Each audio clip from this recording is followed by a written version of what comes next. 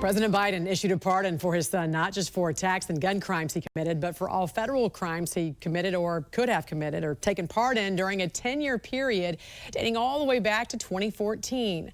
Joining us now to discuss this and other major headlines on Capitol Hill is Washington insider Armstrong Williams. Good morning to you, sir. Politico reported that we have not seen a pardon as sweeping as Hunter Biden's in generations. What'd you make of this?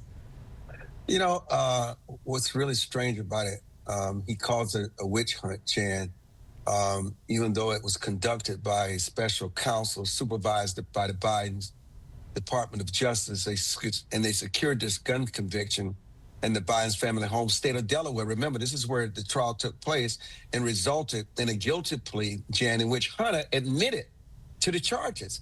And for him to say this is a witch hunt and a political persecution is just outrageous. It just makes him out to be, unfortunately, a liar.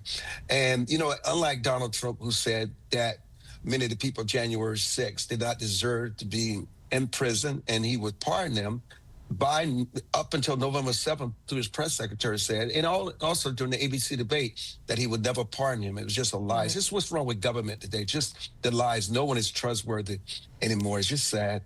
Speaking of which, this all came a day after Trump announced Kash Patel was his pick to lead the FBI, former federal public defender, national security prosecutor. How important is it for the person coming in to restore trust? Because as you said, Americans' level of trust in the justice system and the federal government at an all-time low. You know, Kash Patel is a very dear friend. He was a former chief of staff at the Department of Defense. He's been in the intel community. I remember when Trump was trying to make him deputy CIA director. Bill Barr said it would happen over his dead body. Right. And so, you know, while there's controversy, Kash Patel has a lot of credibility among the intelligence community. There's a lot of support on Capitol Hill.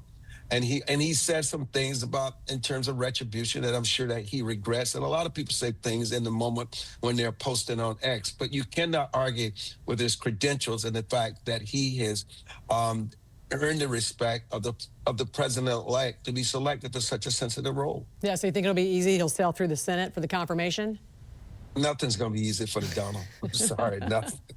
You know, we're talking about trust in the government, and Americans' trust in legacy media, mainstream media, also at an all-time low. MSNBC and CNN have lost nearly half their audience since the election. In fact, MSNBC's primetime audience dipped 53% since the week before the election. What's the future, Armstrong, of news?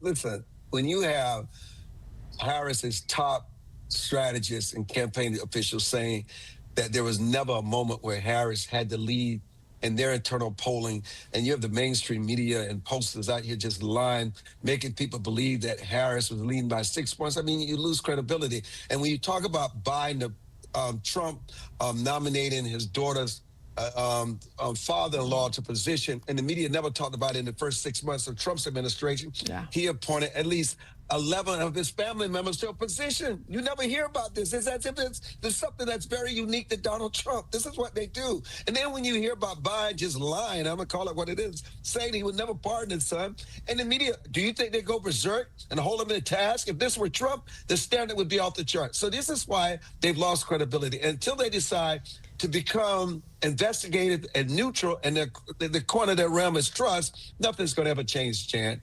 Finally, very quickly, Armstrong, in California, they are still counting votes, if you can believe it. One thing that didn't take long to finalize was the decision from voters not to raise the minimum wage in a very liberal state. What did you make of this failed proposition to raise the minimum wage? Voters are waking up. They cannot afford it. Who's going to pay for it? I mean, California, as quietly as it's kept, is turning red, just like New York. It's a very dangerous situation for Gavin Newsom and also for Vice President Harris, who's indicated that she may run for governor in California in 2 years. They have to be very careful. These people don't want these liberal policies. They may be on the same page with her on many issues, but not on just out-of-control spending, these migrants, this gender affirming policies. They've said enough is enough, and they showed it at the ballot box. They said no to this. And what do? Is you respect the will of the people. Armstrong Williams, always great to see you, sir. Have a great week. Thank you, Jan.